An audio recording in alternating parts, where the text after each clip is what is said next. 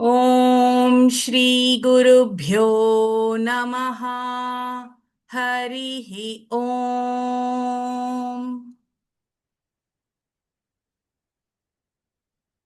गुरुरेव गतिर्गुरुमेव भजे, गुरुनेव सहास्मि नमो गुरवे। न गुरो परमं शिशुरस्मि गुरोः, मतिरस्ति गुरौ मम पाहि गुरो। शुक्लाम्भरधरौ विष्णुं शशिवर्णं चतुर्भुजं प्रसन्नवदनं ध्यायेत् सर्वविघ्नोपशान्तये। सरस्वति नमस्तुभ्यं वरदे कामरूपिणि, विद्यारम्भं करिष्यामि सिद्धिर्भवतु मे सदा। कृष्णाय वासुदेवाय देवकीनन्दनाय च नन्दगोपकुमाराय गोविन्दाय नमो नमः। वन्दे नन्दव्रजस्त्रीणां पादरेणुमभीक्ष्णशः, यासां हरिकथोद्गीतं पुनाति भुवनत्रयम्। पीताम्बरं करविराजितशङ्खचक्रकौमोदकी सरसिजं करुणासमुद्रम् राधासहायमतिसुन्दरमन्दहासं वातालयेशमनिशं हृदि भावयामि। मोक्षाब्धिसारमय भागवताख्यदध्नः नारायणीय नवनीतमहो गृहीत्वा मायामयौघपरितप्तजनाय योदात् नारायणावनिसुराय नमोऽस्तु तस्मै। नारायण नारायण नारायण नारायण नारायण नारायण नारायण नारायण नारायणाखिल गुरो भगवन्नमस्ते।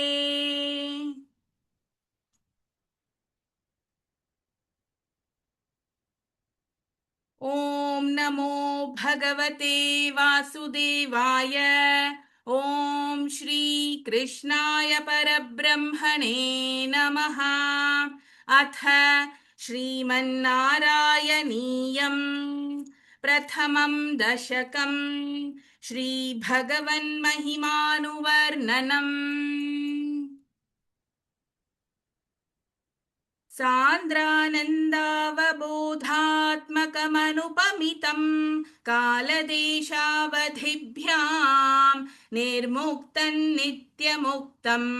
निगमशतसहस्रेण निर्भास्यमानम् अस्पष्टं दृष्टमात्रे पुनरुरुपुरुषार्थात्मकं ब्रह्मतत्त्वम् तत्तावद्भाति साक्षात् गुरुपवनपुरे हन्तभाग्यञ्जनानाम्। एवं दुर्लभ्यवस्तुन्यपि सुलभतया हस्तलब्धे यदन्यत् तन्वाचा वा भजति बत जनः क्षुद्रतैव स्फुटेयम्। एते तावद्वयन्तु स्थिरतरमनसा विश्वपीडापहत्यै निःशेषात्मानमेनं गुरुपवनपुराधीशमेवाश्रयामः। सत्त्वय्यत्तत्पराभ्यामपरिकलनतो निर्मलन्तेन तावत् भूतैर्भूतेन्द्रियैस्ते वपुरिति बहुशः श्रूयते व्यासवाक्यम्। तत्स्वच्छत्वाद्यगच्छादितपरसुखचिद्गर्भनिर्भासरूपम् तस्मिन् धन्यारमन्ते श्रुतिमतिमधुरे सुग्रहे विग्रहे ते। निष्कम्पे नित्यपूर्णे निरवधि परमानन्दपीयूषरूपे निर्लीनानेकमुक्तावलिसुभगतमे निर्मलब्रह्मसिन्धौ कल्लोल्लोल्लासतुल्यं खलु विमलतरं सत्त्वमाहुस्तदात्मा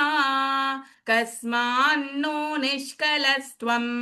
सकल इति वचस्त्वत्कलास्वेव भूमन् निर्व्यापारोऽपि निष्कारणमज्जभजसे यत्क्रियामीक्षणाख्यां तेनैवोदेति लीना प्रकृतिरसति कल्पापि कल्पादिकाले तस्याः संशुद्धमंशं कमपि तमतिरोधायकं सत्त्वरूपं सत्त्वं धृत्वा दधासि स्वमहिमविद्भवा कुण्ठवैकुण्ठरूपम् तत्ते प्रत्यग्रधाराधरललितकलायावलीकेलिकारम् लावण्यस्यैकसारं सुकृतिजनदृशां पूर्णपुण्यावतारम् लक्ष्मीनिःशङ्कलीलानिलयनममृतस्यन्दसन्दोहमन्तः सिञ्चत्सञ्चिन्तकानां वपुरनुकलये मारुतागारनाथ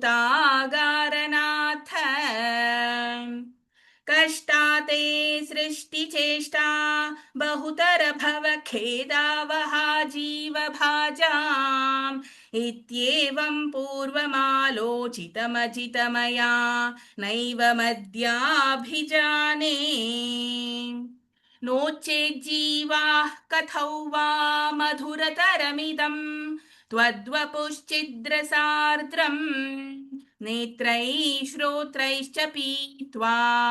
परमरससुधां बोधिपूरे रमेरन् नम्राणां सन्निधत्ते सततमपि पुरस्तैरनभ्यर्थितानप्यर्थान् कामानजस्रं वितरति परमानन्दसान्द्राङ्गतिं च इत्थन्निःशेषलभ्यो निरवधिकफलः पारिजातो हरे त्वं क्षुद्रन्तं शक्रवाटी द्रुममभिलषति व्यर्थमर्थिव्रजोऽयम् कारुण्यात् काममन्यन् ददति खलु परे स्वात्मदस्त्वौ विशेषात् ऐश्वर्यादीशतेऽन्ये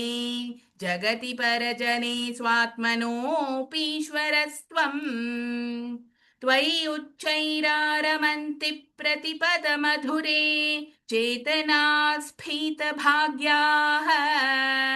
त्वञ्चात्मा राम एवेत्यतुलगुणगणाधार शौरे नमस्ते ऐश्वर्यं शङ्करादीश्वर विनियमनं विश्वतेजोहराणां तेजःसंहारि वीर्यं विमलमपि यशो निःस्पृहैश्चोपगीतम् अंगासंगा सदा श्रीरखिलविदसि न क्वापि ते संगवार्ता तद्वातागारवासिन् मुरहर भगवच्छब्दमुख्याश्रयोऽसि इति श्रीमन्नारायणीये श्रीभगवन्महिमानुवर्णनं नाम प्रथमं दशकं समाप्तम् नारायणाखिलगुरो भगवन्नमस्ते नारायणाखिलगुरो भगवन्नमस्ते। अथ द्वितीयं दशकं श्रीभगवद्रूपवर्णनम् सूर्यस्पर्धिकिरीटमूर्ध्वतिलकप्रोद्भासि फालान्तरम् कारुण्यात्कुलनेत्रमार्द्रहसितोल्लासं सुनासापुटम् गण्डोद्यन्मकराभकुण्डलयुगं कण्ठोज्ज्वलत्कौस्तुभं त्वद्रूपं वनमाल्यहारपटल श्रीवत्सदीप्रं भजे केयूराङ्गदकङ्कणोत्तममहा रत्नाङ्गुलीयाङ्कितः श्रीमद्बाहुचतुष्कसङ्गतगदा शङ्खारि पङ्केरुहाम् काञ्चित् काञ्चन काञ्चिलाञ्छितलसत्पीताम्बरालम्बिनीम् आलम्बे विमलाम्बुजद्युतिपदां मूर्तिं तवार्तिच्छिदम् यत्रैलोक्यमहीयसोऽपि महितं सम्मोहनं मोहनात् कान्तं कान्तिनिधानतोऽपि मधुरं माधुर्यधुर्यादपि सौन्दर्योत्तरतोऽपि सुन्दरतरं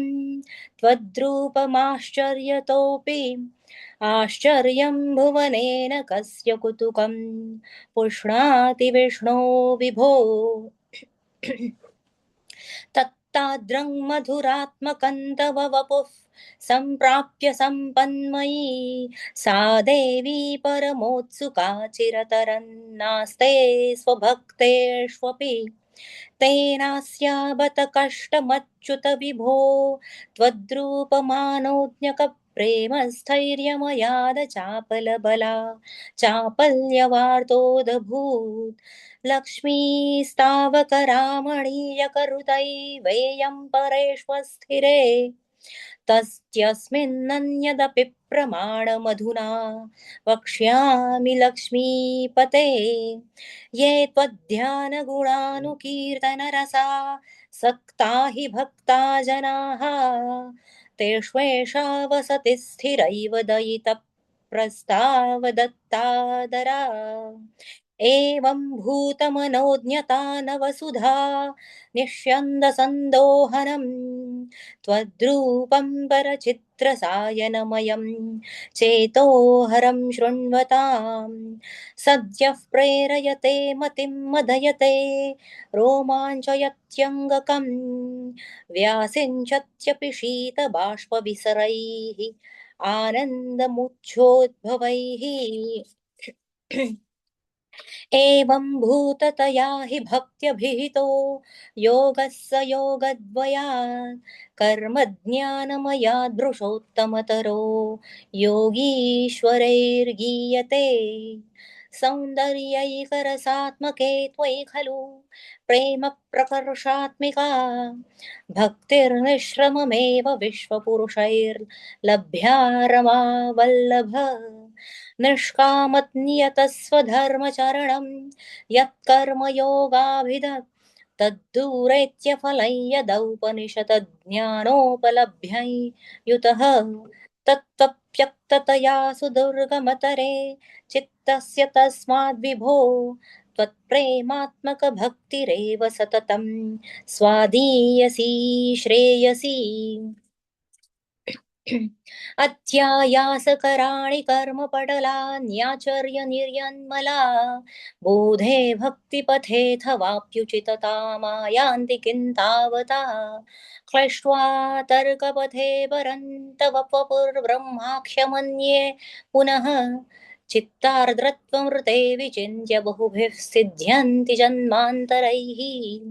त्वद्भक्तिस्तु कथारसामृतजरी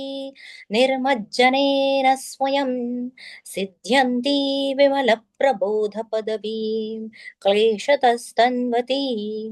सद्यः सिद्धिकरी जयत्यै विभो सैवास्तु मे त्वत्पदप्रेम प्रौढिरसार्द्रता द्रुततरं वातालयाधीश्वर इति श्रीमन्नारायणीये श्रीभगवद्रूपवर्णनं नाम द्वितीयं दशकं सम्पूर्णं नारायणाखिलगुरो भगवन्नमस्ते नारायणाखिलगुरो भगवन्नमस्ते अथ तृतीयं दशकं भगवत्स्वरूपवर्णनं भक्तिप्रार्थना च पठन्तो नामानि प्रमदभरसिन्धौ निपतिताः स्मरन्तो रूपन्ते वरद कथयन्तो गुणकथाः चरन्तो ये भक्तास्त्वयि त्वयि खलु रमन्ते परममून् अहं धन्या मन्ये समधिगत सर्वाभिलषितान् गतक्लिष्टं कष्टं तव चरणसेवा रसभरेऽप्यनाशक्तं चित्तं भवति पदविष्णो गुरुदयां भवत्पादाम्भोजस् स्मरणरसिको नाम निवहान् अहं गायं गुगचन विवत्स्यामि विजने कृपाते जादा चेत् किमिव न हि लभ्यन् गनुभृतां मदीयक्लेशौह प्रशमनदशा नाम गीयति न के लोकेऽस्मिन्ननि न के लोकस्मिन्ननिशमयि शोकाभिरहिताः भवद्भक्ता मुक्ता सुखगतिम् असक्ता विधत्ते मुनिप्रौढारूढा जगति खलु गूढात्मकदयः भवत्पादाम्भोजस्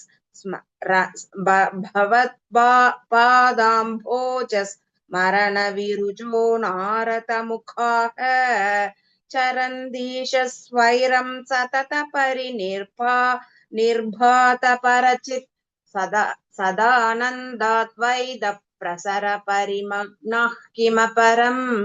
भवद्भक्तिस्फीता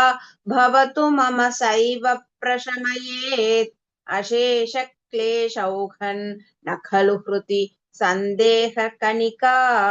न चेत् व्यासस्योक्तिस्तव च वचनन् नैकमवचः भवेन्मिथ्यारथ्या पुरुषवचन प्रायमखिलम् भवद्भक्तिस्तावत् प्रमुख मथुरा त्वद्गुणरसात् किमप्यारूढा चेदखिल परिताप प्रशमयन् पुनश्चान्ते स्वान्ते विमल परिबोधोदय मिलन् महानन्दाद्वैतन् दिशति किमतः प्राप्त्यमपरम् विधूय क्लेशान् मे कुरु चरणयुग्मन् धृतरसम्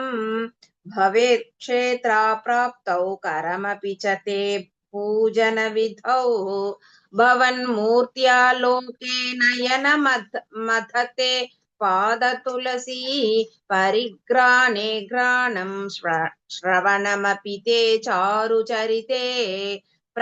प्रभूतातिव्यातिप्रसभ चलिते मामकहृदि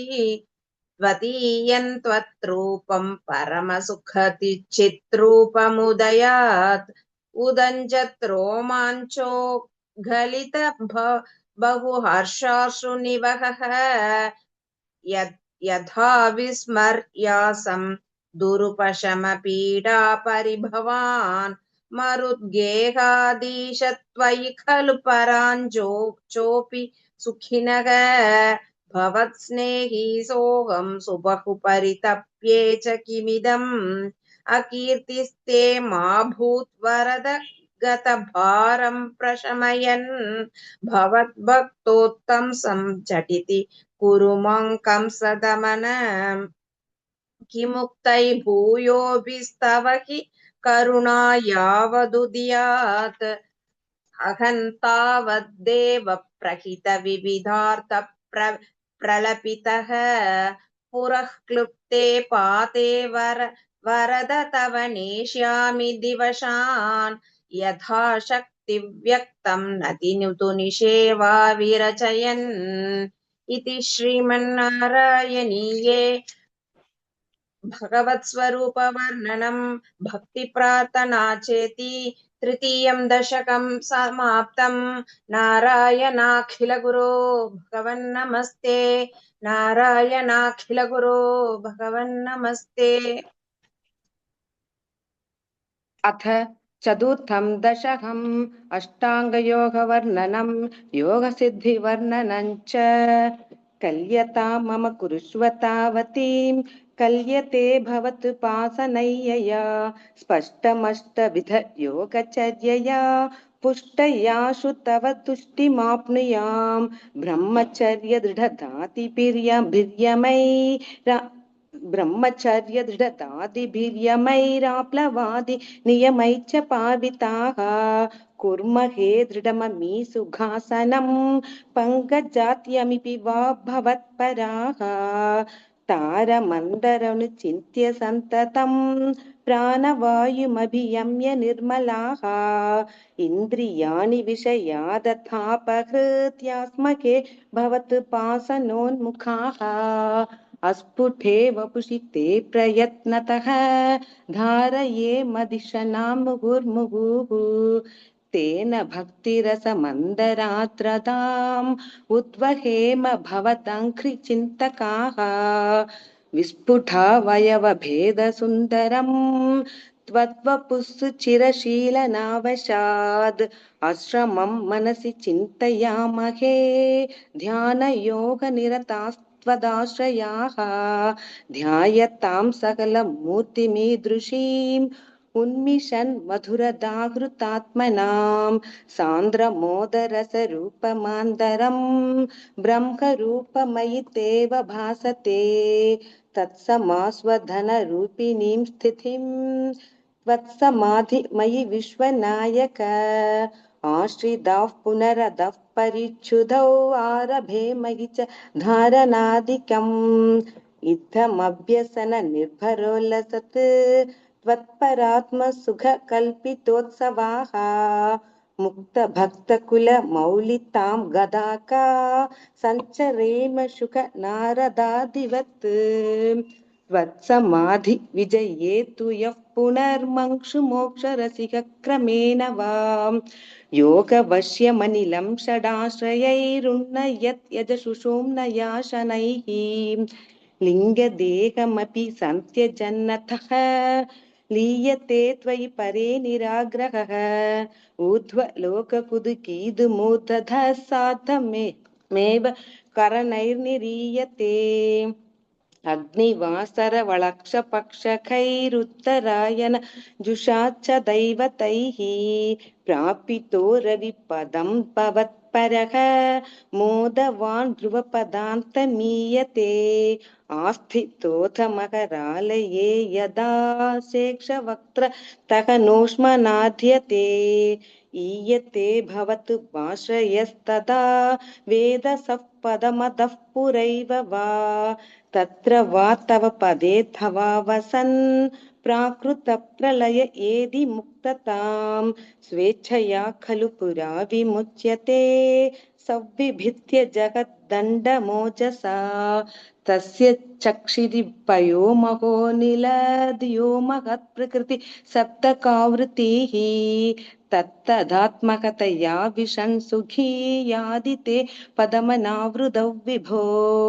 अच्छिरादिगदिमीदृशी व्रजन् विच्युदन् न भजते जगत्पदे सच्चिदात्मक भवद्गुणोदयान् उच्चरन्दमनिलेश पाहि माम् इति श्रीमन्नारायणीये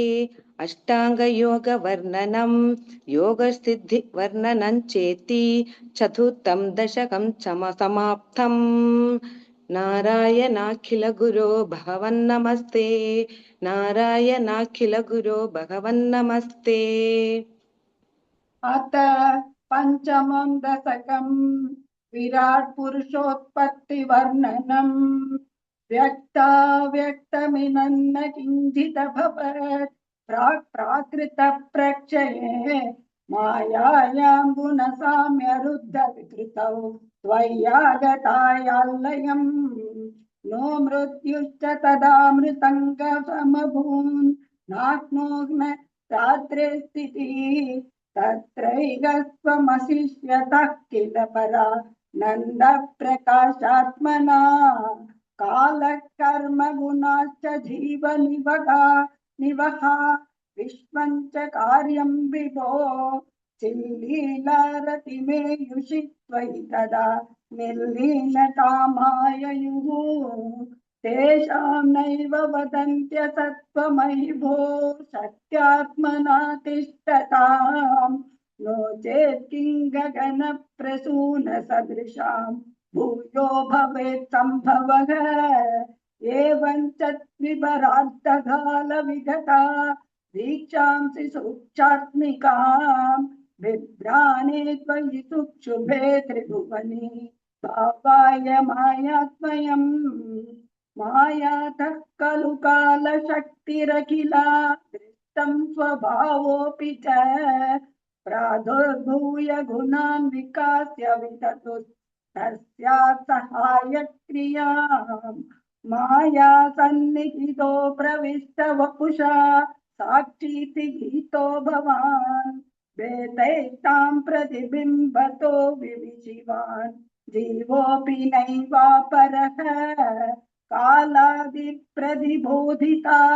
भवता सञ्चोदिता च स्वयं माया सा खलु बुद्धितत्त्वमसृजत् योऽसौ महानुच्यते तत्रासौ त्रिगुणात्मकोऽपि च महान् सत्त्वप्रधान स्वयं जीवेऽस्मिन् खलु निर्विकल्पमहिमेत्युद्बोधनिष्पादकः चक्रेऽस्मिन् सविकल्पबोधगमग तत्त्वं महान् कल्वसौ सम्पुष्टं त्रिगुणैस्तमोदिबहुलं विष्णो भवत्प्रेरणात् सोगञ्च त्रिगुणक्रमात् विविध दामास्तात्यवैकारिकः भूयस्तैजसतामसा विधिभवन् अध्ययन सत्त्वात्मना देवानिन्द्रियमानिनो कृतदिशा वादार्कपाश्यस्पिनः वन्नीन्द्राद्युतमित्रकान् विदुविधि श्रीरुद्रशारीरकान् धूमन्मानसबुद्ध्य संकृतिमिल चित्ताख्यवृद्ध्यन्वितम् तच्चान्दकरणौ विभो तव बलात् तद्वांश एवासृजते जातस्तैजसतो दशेन्द्रियगण तत्तामसांशात् पुनः तन्मात्रन्नभसो मरुत्पुरपते शब्दो जनित्वद्बलात् शब्दाद्योम ततस्तसज्जित विभो स्पर्शं ददो मारुतम् तस्माद् रूपमतो मगोत चरसं तोयं च गन्धं बहिः एवं माधव पूर्वकलानाथाद्याद्य धर्मान्वितं भूतग्राममिमं त्वमेव भगवन् प्राकाशयस्तामसात् एते भूतगणास्ततेन्द्रियगणा देवाच्च दाता पृथक् नोषे कुर्भुवनान्त निर्मितिविधौ देवैरमीभिस्तदा त्वन्नानाविधस्तु सूक्तिभिर्नुदगुणतत्त्वान्य मून्याविशन् चेष्टाशक्तिमुदीर्य तानि घटयन् हैरण्यमण्डौ व्यदाः अनन्तत्खलु पूर्वसृष्टसलिले तिष्ठत्सहस्रं समाः निर्बिन्धन्न कृतः चतुर्दश जगत् रूपौ विराडाह्वयम् साहस्रैकरपादमूर्ध्निवगैः निःशेष जीवात्मकः निर्भातोऽसि मरुत्पुराधिपसमां त्रायस्व सर्वामयात् इति श्रीमन्नारायणीये विराट् पुरुषोत्पत्तिवर्णनं नाम पंचमं दशकं समाप्तम् नारायणाखिल गुरु भगवन् नमस्ते नारायणाखिल गुरु भगवन् नमस्ते।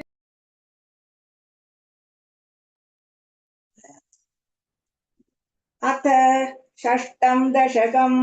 विराट्देहस्य जगदात्मवर्णनम् एवं चतुर्दश जगन्मयताङ्कदस्य पादालमीश तव पादतलौ वदन्ति पादोत्वदेशमभिदेवरसादलन्ते उल्बद्वयं खलु महातलमद्भुतात्मन् जङ्गे दलादलमतो सुतलं च जानु किञ्चोरुभागयुगलौ वितलातले द्वे क्षोणीदलं झगणमम्बरमङ्गनाभिः वक्षस्य चक्रनिलयस्तव चक्रपाणे ग्रीवामहस्तव मुखं च जनस्तपस्तु फालं शिरस्तव समस्तमयश्च सत्यम् एवं जगन्मयतनो जगदाश्रितैरप्यन्यैर्निबद्ध बभुषे भगवन्नमस्ते त्वद्ब्रह्मरन्ध्रवदमीश्वर विश्वगन्ध छन्दांसि केशवघनास्तव केशपाशाः उल्लासि चिल्लियुगलं दृहिणस्य गेहम् पक्ष्वाणि रात्रिदिवसौ सविता च नेत्रे निःशेष विश्वरचना च कटाक्षमोक्षः कर्णौ दिशोऽश्वियुगलं तव नासिके द्वे लोभत्रपे च भगवन्नधरोत्तरोष्ठौ ताराघनश्च दशनाशमनश्च दंष्ट्रा मायाविलासहसितं श्वसितं समीरः जिह्वाजलौ वचनमीश शकुन्दभक्तिः सिद्धादयः स्वरगणा मुखरन्ध्रमग्निः देवा भुजास्तनयुगं तव धर्मदेवः पृष्टं धर्म इह देव मनस्सुधांशुः अव्यक्तमेव हृदयाम्बुजमम्बुजाक्ष कुक्षिः समुद्रनिवहावसनं तु सन्ध्ये शेभः प्रजापतिरसौ वृषणौ च मित्रः श्रोणीस्थलं मृगगणापदयोर्नखास्ते हस्त्युष्ट्रसैन्धवमुखागमनं तु कालः विभ्रादिवर्णभवनौ वदनाब्जबाहुच्चारुरुयुग्मचरणं करुणाम्बुधेते संसारचक्रमयि चक्रधरक्रियास्ते वीर्यं महासुरगणोऽस्ति कुलानि शैलाः नाट्यः सरित्समुदयस्तरवश्चरोम जीयादिदौ वपुरनिर्वचनीयमीश ईदृग्जगन्मयवपुस्तव कर्मभाजां कर्मावसानसमये स्मरणीयमाहुः तस्यान्तरात्मवपुषे विमलात्मने ते वातालयाधिपनमोऽस्तु निरुन्दिरोगान् इति श्रीमन्नारायणीये विराट्देहस्य जगदात्मत्वर्णनं नाम षष्ठं दशकं समाप्तम् नारायणाखिल गुरो भगवन्नमस्ते नारायणाखिल गुरो भगवन्नमस्ते। अथ सप्तमं दशकं हिरण्यगर्भवर्णनं वैकुण्ठदर्शनं च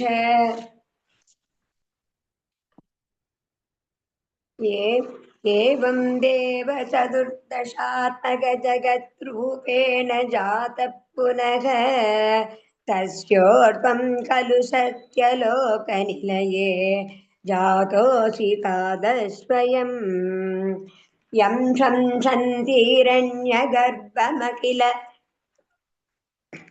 त्रैलोक्यजीवात्मकं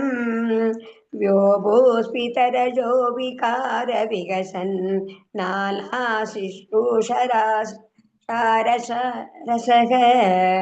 सोऽयं विश्वविसर्ग तत्र हृदय सम्पश्यमानः स्वयं बोधं कल्पन वाप्य विश्वविषयं चिन्ताकुलस्तस्तिवा तावत् त्वं जगतां पदेत पदपेत् एवं हि वैगायसी वाणीमेनमशिश्रवश्रुतिषुकां कुर्वं स्तवत्प्रेरणाम्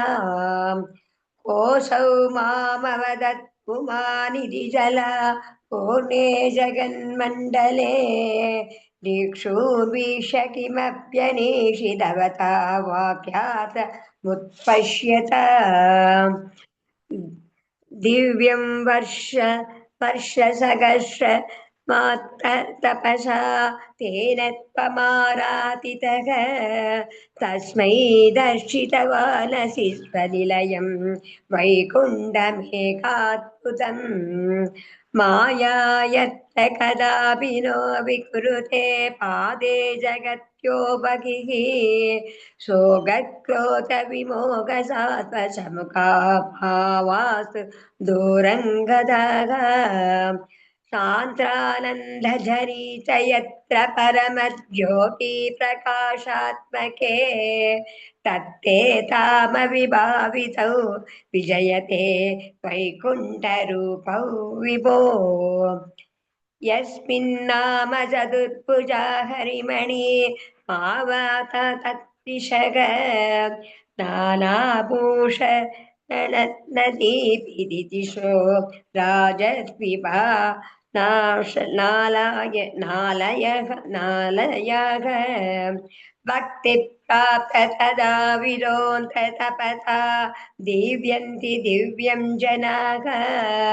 तत्ते रामनिरस्त सर्वशबलं वैकुण्ठरूपं जयेत्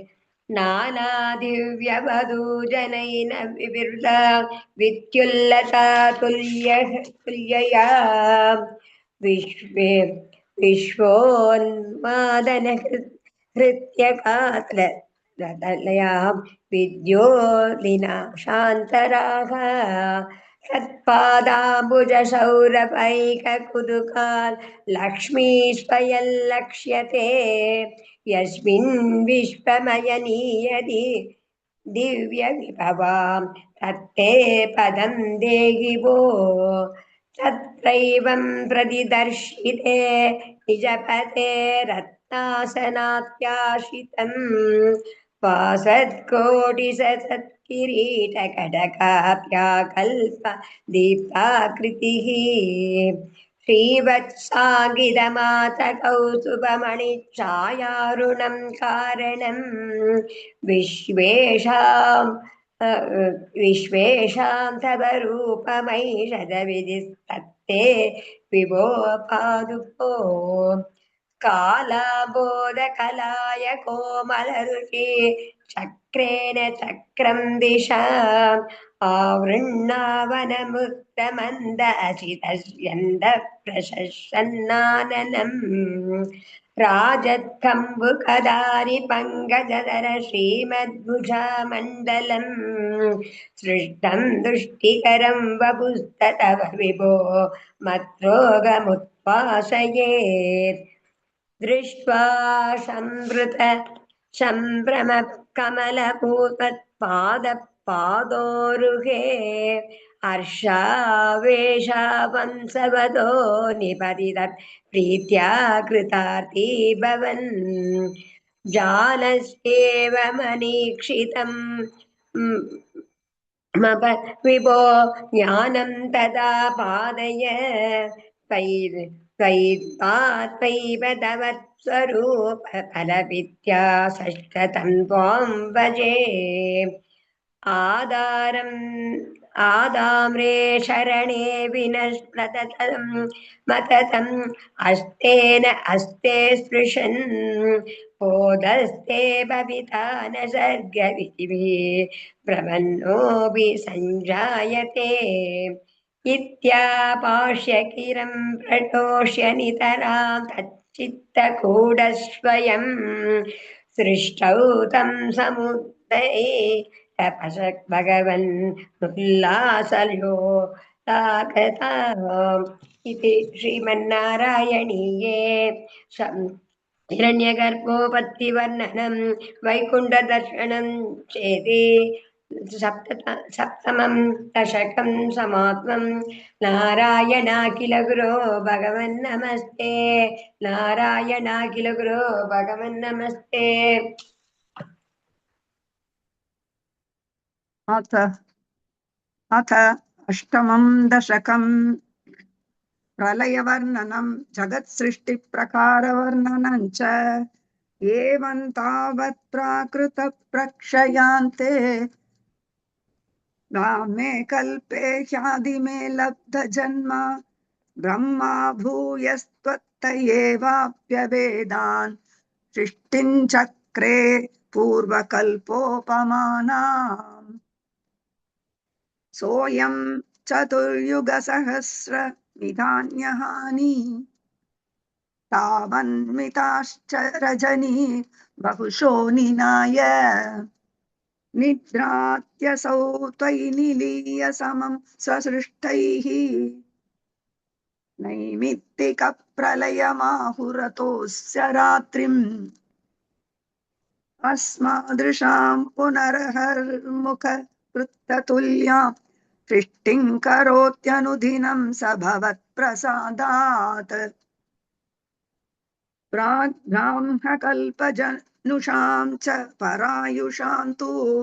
सुप्तप्रबोधनसमास्ति तथा विसृष्टिः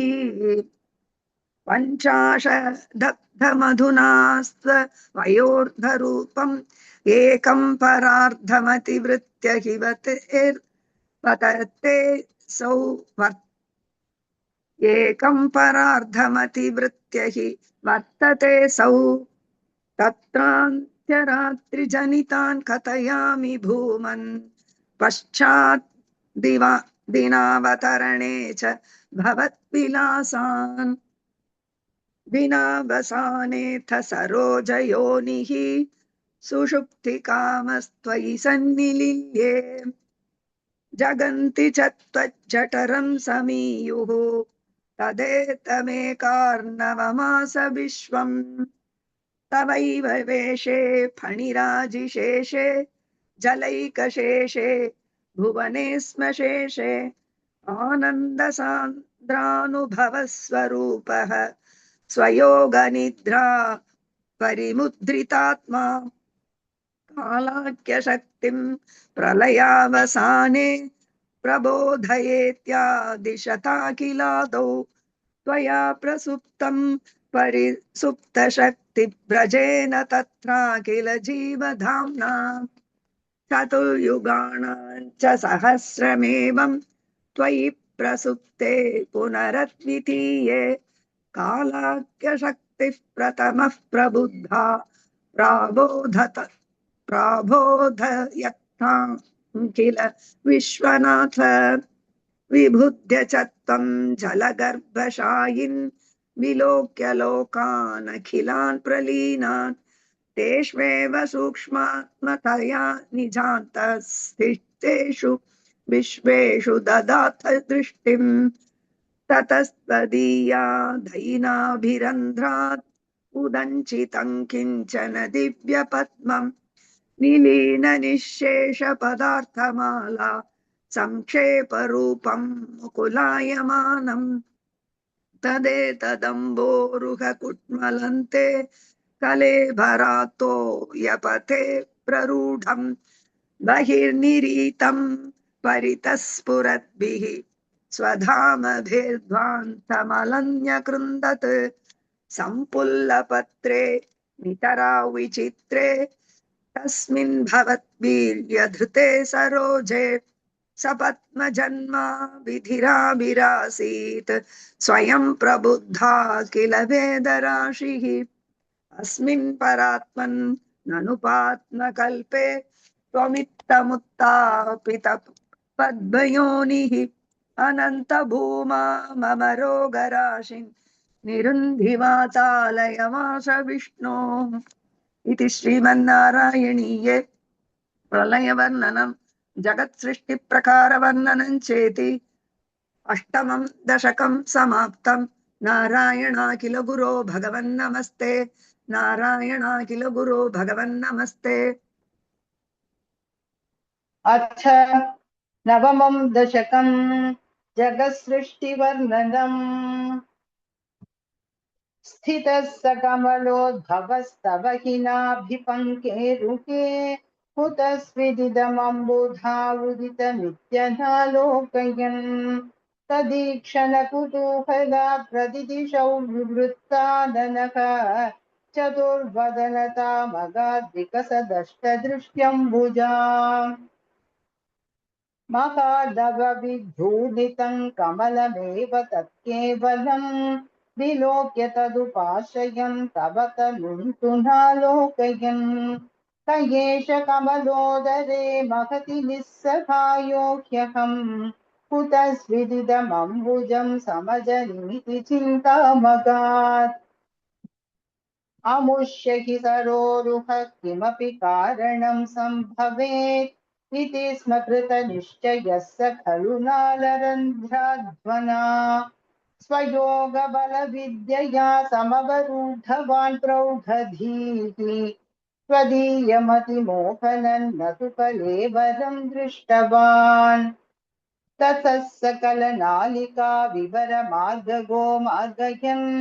प्रयस्य शतवत्सरं किमपि नैव सन्दृष्टवान् निवृत्य कमलोदरे सुखनिषन्न एकाग्रधीः समाधिबलमादधे भवदनुग्रहैकाग्रही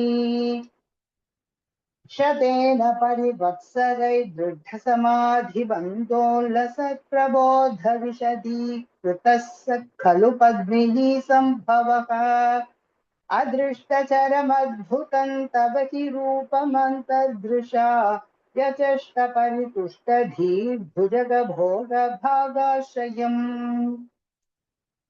किरीटमकुटोल्लसत्कटकहारकेयूरयुग्मनिस्फुरितमेखलं सुपरिवीतपीताम्बरम् कलाय कुसुमप्रभं गलदलोलसत्कौस्तुभम् वपुस्तदयि भावये कमलजन्मने दर्शितम् श्रुतिप्रकरदर्शित प्रचुर वैभव श्रीपते हरे जय जय प्रभो पदमुपैषिद्दिष्ट्यादृशोः कुरुष्व धियमाशु मे भुवन निर्मितौ कर्मठाम् इति द्रिहिणवर्णित स्वगुण बन्ति मा पाहि माम् लभस्व भुवनत्रयी रचन दक्षतामक्षताम् गृहाणमदनुग्रहं कुरु तपश्च भूयो विद्धे भवद्वखिलसाधनी मयि च भक्तिरत्युत्कटे तुदीर्यगिरमादधा मुदितचेतः सौवेधसम् शतं कृततपास्ततः स खलु दिव्यसंवत्सरान् अवाप्य च तपोबलं मदिबलं च पूर्वाधिकम् उदीक्ष्यखिलकम्पितं पयसि पङ्कजौ वायुना भवद्बलविजृम्भितः पवनपार्थसीपीतवान् तवैव कृपया पुनः सरसिजेन तेनैव सह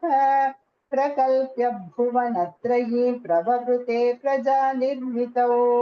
तथाविधकृपाभरो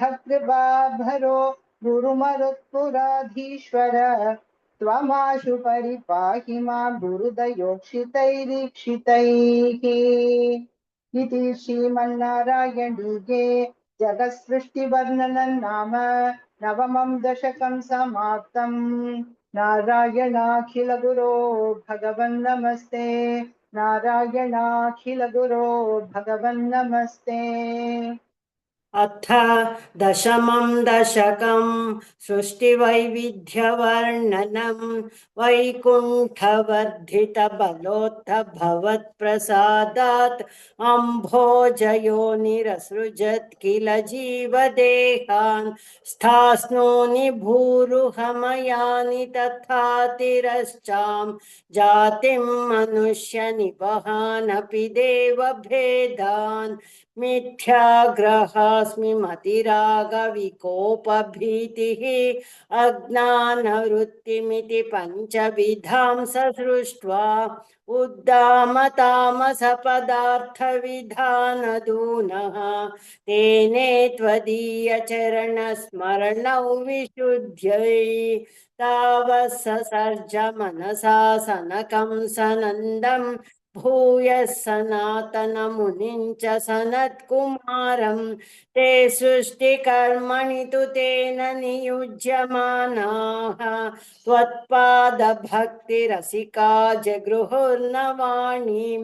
तावत् प्रकोपमुदितं प्रतिरुन्धतोऽस्या भ्रूमध्यतो जनिमृडो भवदेकदेशः नामानि मे कुरु पदानि च हा विरिञ्चेत्यादौ रुरोध किल तेन सरुद्रनामा एकादशाह्वयतया च विभिन्नरूपं रुद्रौ विधाय दयिता वनिताश्च दत्त्वा तावन्त्यदत्त च पदानि भवत्प्रणुन्नः प्राह प्रजा विरचनाय च सादरन्तं रुद्राभिसृष्टभयदाकृतिरुद्रसङ्घ सम्पूर्यमाण भुवनत्रयभीतचेताः मामा प्रजा सृजत पश्चरमङ्गलायेत्याचष्टतं कमलभूर्भवदीरितात्मा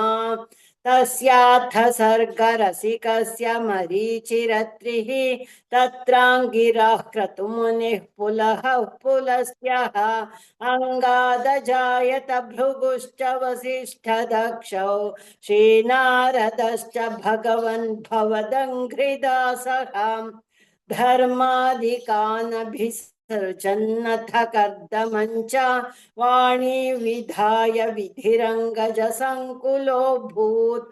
त्वद्बोधितैः सनकदक्षमुखैस्तनूजैः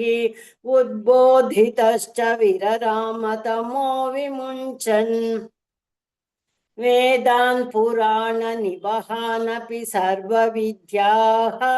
कुर्वन्निजानन गणाश्चतुराननोऽसौ पुत्रेषु तेषु विनिधाय ससर्गवृद्धिम्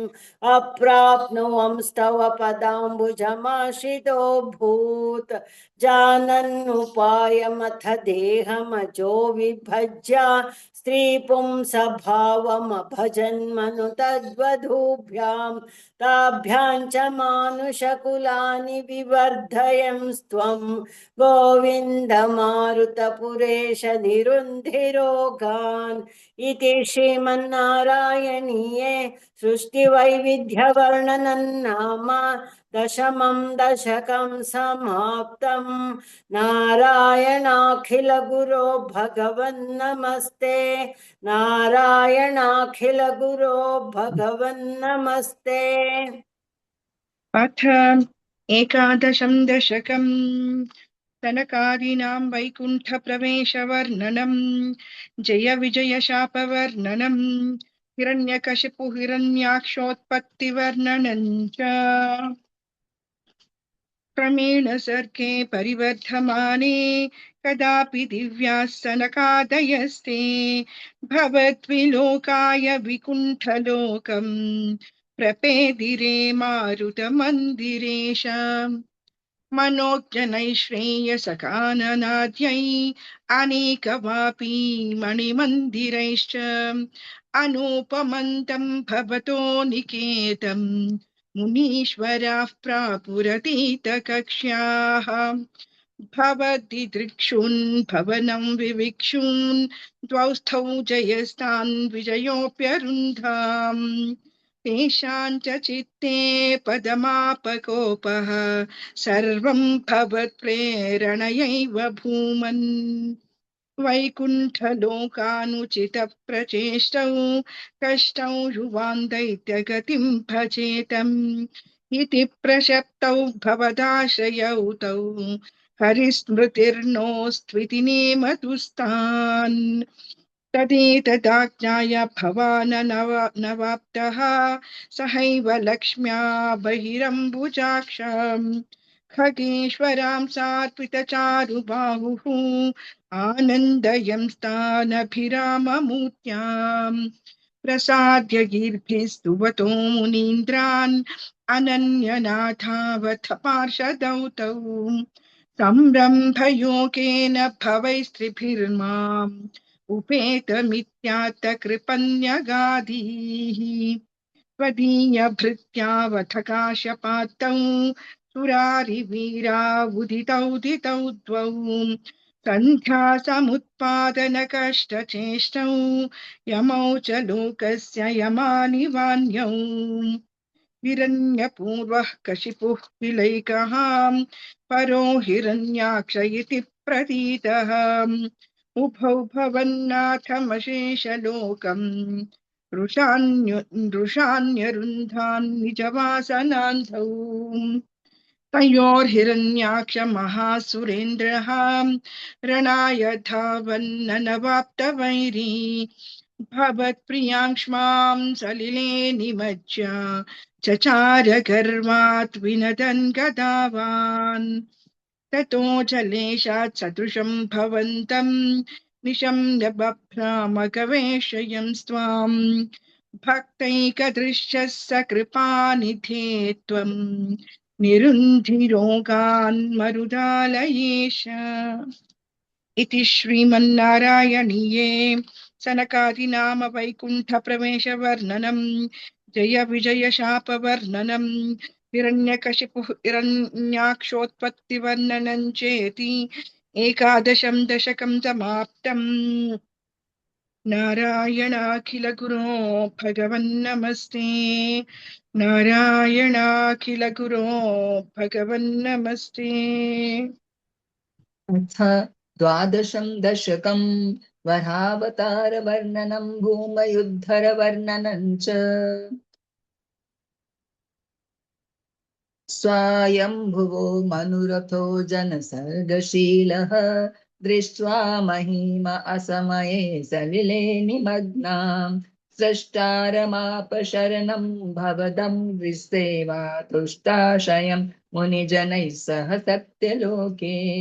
कष्टं प्रजसृजति मय्यवनिर्निमग्ना स्थानं सरोज भव कल्पय तत्प्रजानाम् इत्येवमेष कथितो मनुना स्वयं अम्भोरुहाक्ष तव पादयुगौ व्यचिन्ति हा हा विभो जलमहन् नय जलमहन्यपिबं पुरस्तात् अद्यापि मज्जति मही किमहं करोमि इत्थं त्वदङ्घ्रियुग्लं शरणय्यतोऽस्य नासा पुटात सम्भव शिशुकोलरूपी अङ्गुष्ठमात्रवपुरुत्पतितः पुरस्तात् भूयोऽथ कुम्भिसदृशः संजृम्भथास्त्वम् अभ्रे तथाविधमुदीक्ष भवन्तमुच्चैः विस्मेरतं विधिरगात सह सूनुभिः स्वैः कोसावचिन्त्य महिमा किटिरुत्थितो मे नासा पुटात किमु भवेदजितस्य माया इत्थं विचिन्तयति धातरि शैलमात्रः सद्यो भवन् किल जगर्जित घोर घोरम् तन्ते निनादमुपकर्ण्य जनस्तपस्तथाः सत्यस्थिताश्च मुनयो नुनुवुर्भवन्तम् ततस्तोत्र हर्षुलमनः परिन्नद्य भूयः तोयाशयं विपुलमूर्तिरवातरस्त्वम् ऊर्ध्वप्रसारि परिधूम्रविधूतरोमा प्रोक्षिप्वालधि रवाङ्मुखघोरघोणः तूर्णप्रदीन जलदः परिघूर्णदक्ष्णा स्तोत्रेन्मुनेन शिशिरयन्नवतेरिथस्त्वम् वतेरिथत्वम् अन्तर्जलन्तदनुसङ्कुलन चक्रं भ्राम्यत्तिमिङ्गलकुलं कलुषोर्निमालम्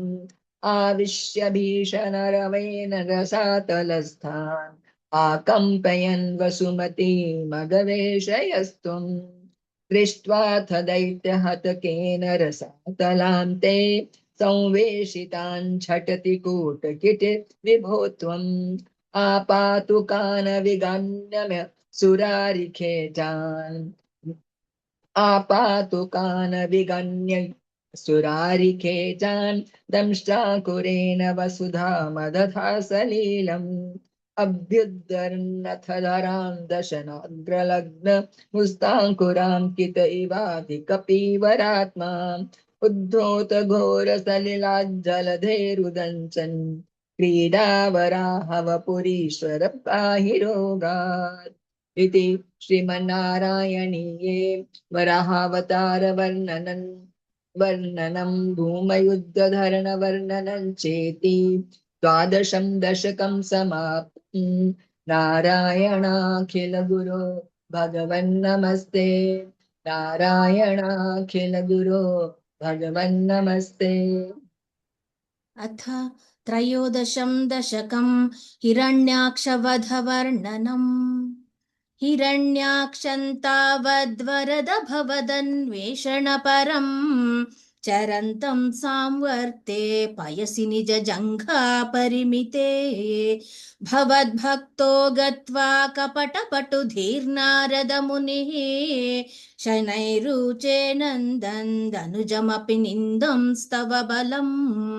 समायावी विष्णुर्हरति भवदीयां वसुमतीं प्रभो कष्टं कष्टं किमिदमिति तेनाभिगदितः नदन् क्वासौ क्वासाविति समुनिना दर्शितपथः भवन्तं सम्प्रापद्धरणिधरमुद्यन्तमुदकात् अहो आरण्योऽयं मृग इति हसन्तं बहुतरैः दुरुक्तैर्विध्यन्तं दितिसुतमवज्ञाय भगवन् महेन्द्रुष्ट्वा दंष्ट्रा शिरसि चकितां स्वेन महसा पयोधावाधाय प्रसभमुदयुङ्क्ता मृधविधौ गदापाणौ दैत्ये त्वमपि हि गृहीतोन्नतगदः नियुद्धेन क्रीडन् घटघटरवोद्घुष्टवियत रणालोकौत्सुक्यान्मिलति सुरसङ्घे द्रुतममुं निरुन्ध्या सन्ध्यातः प्रथममिति धात्रा जगदिषे गदोन्मर्दे तस्मिंस्तव खलु गदा यान्दिति भुवः गदाघाताद् भूमौ झटिति पतितायामः भोः मृदुस्मेरस्य स्त्वन्दनुजकुलनिर्मूलनचणं महाचक्रं स्मृत्वा करभुवि दधानोरुरुचिषे ततः शूलङ्कालप्रतिमरुषि दैत्ये विसृजति त्वयि छिन्दत्येनत्करकलितचक्रप्रहरणात् समारुष्टो मुष्ट्या स खलु वितुदंस्त्वां समतनोत् गलन्माये मायास्त्वयि किल जगन्मोहनकरीः भवचक्रज्योतिष्कणलवनिपातेन विधुते ततो मायाचक्रे वितत घनरोषान्धमनसम् गरिष्ठाभिर्मुष्टिप्रहृतिभिरभिघ्नन्तमसुरं स्वपादाङ्गुष्ठेन श्रवणपदमूले निरवधि महाकायः सोऽयन्तव चरणपातप्रमथितः गलद्रक्तो वक्त्रादपतदृशिभिः श्लाघितहतिः तदा त्वामुद्दामप्रमदभरविद्योतिहृदयाः मुनीन्द्राः सान्द्राभिस्तुतिभिरनुवन्नध्वरतनुं त्वचिच्छन्दो रोमस्वपि कुशगणश्चक्षुषि घृतं चतुर्होतारोऽङ्घ्रौ सृगपि वदने चोदर इड ग्रहाजिह्वायान्ते परपुरुषकर्णे च चमसाः विभो सोमो वीर्यौ वरदगलदेशेऽप्युपसदः मुनीन्द्रैरित्यादिस्तवनमुखरैर्मोदितमनाः महेयस्या मूर्त्या विमलतरकीर्त्या च विलसम् स्वधिष्ण्यं सम्प्राप्तः सुकरसविहारी मधुरिपो निरुन्ध्यारोगं मे सकलमपि वातालयपते इति श्रीमन्नारायणीये हिरण्याक्षवधवर्णनं नाम त्रयोदशं दशकं समाप्तं। नारायणाखिलगुरो भगवन्नमस्ते। नारायणाखिलगुरो भगवन्नमस्ते। अथ चतुर्दशं दशकं कपिलोपाख्यानम्।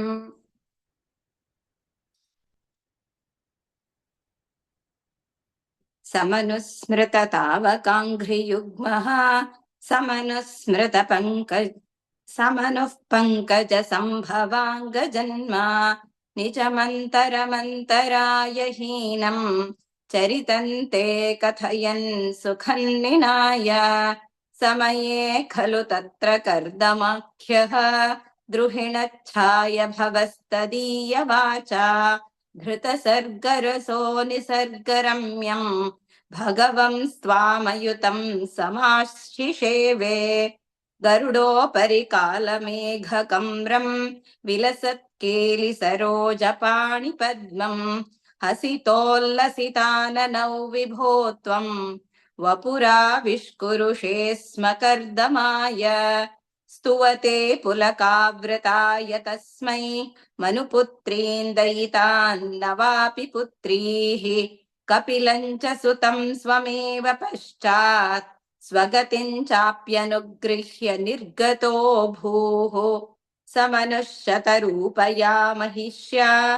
गुणवत्या सुतया च देवहूत्या भवदीरितनारदोपदिष्टः समगात् कर्दममागति प्रतीक्षम् मनुनोपहृतां च देवहूतिं तरुणीरत्नमवाप्य कर्दमोऽसौ भवदर्चन निर्वृतोऽपि तस्यां दृढशुश्रूषणया दधौ प्रसादम् स पुनस्त्वदुपासन प्रभावात् दयिता कामकृते कृते विमाने वनिताकुलसङ्कुलो नवात्मा व्यहरद्देवपथेषु देवहूत्या शतवर्षमथ व्यतीत्य सोऽयं नवकन्या समवाप्य धन्यरूपाः वनयानसमुद्यतोऽपि कान्ता हितकृत्वज्जननोत्सुकोऽन्यवात्सीत् निजभर्तृगिरा भवन्निषेवा निरतायामथ देवदेवहूत्याम् कपिलस्त्वमजा यथा जनानां प्रथयिष्यन् परमात्मतत्त्वविद्यां वनमेयुषि कर्दमे प्रसन्ने मत सर्वस्वमुपादिशन् जनन्यै कपिलात्मकवायुमन्दिरेश त्वरितं त्वं परिपाहि मां गदौघात् इति श्रीमन्नारायणीये कपिलोपाख्यानं नाम चतुर्दशं दशकं समाप्तम्। नारायणाखिलगुरो भगवन्नमस्ते।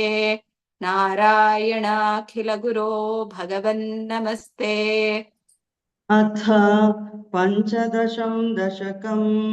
कपिलोपदेशः। मतिरिह गुणसक्ता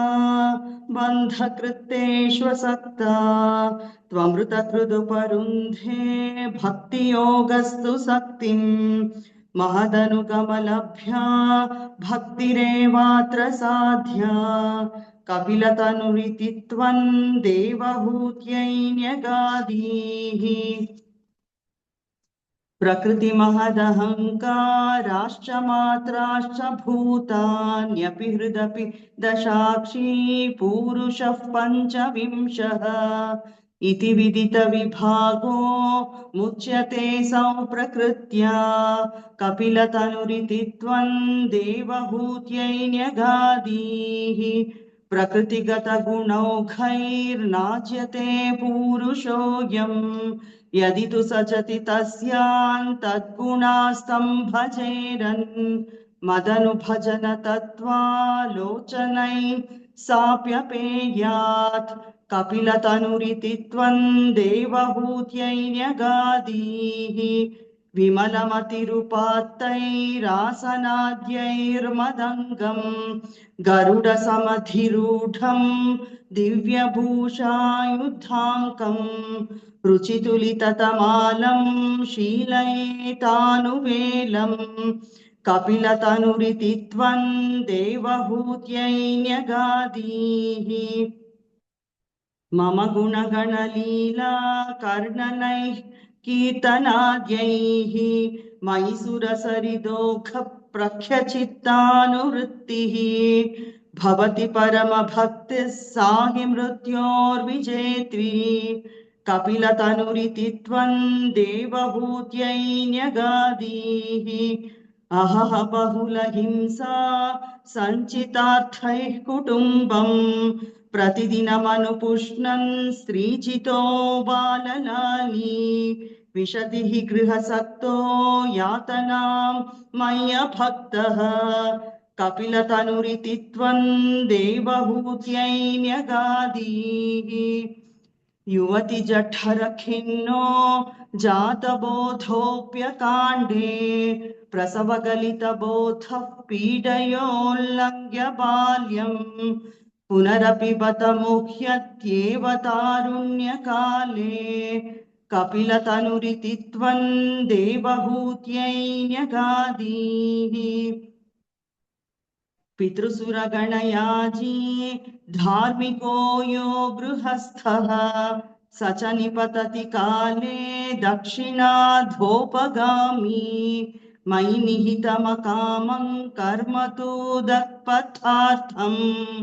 कपिलतनुरिति त्वं देवहूत्यै न्यगादीः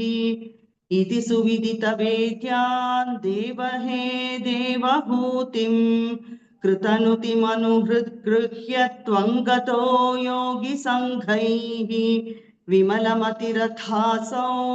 भक्तियोगेन मुक्ता त्वमपि जनहितार्थौ वर्तसे प्रागुदीच्यां परम किमु बहूत्या त्वत्पदाम्भोजभक्तिं सकलभयविनेत्रीं सर्वकामोपनेत्रीं वदसि खलु दृढं त्वं तद्विधूयामयान्मे गुरुपवनपुरेश त्वय्युपाधत्स्व भक्तिम् इति श्रीमन्नारायणीये कपिलोपदेशं नाम पञ्चदशं दशकं समाप्तम् नारायणाखिलगुरो भगवन्नमस्ते नारायणाखिलगुरो भगवन्नमस्ते।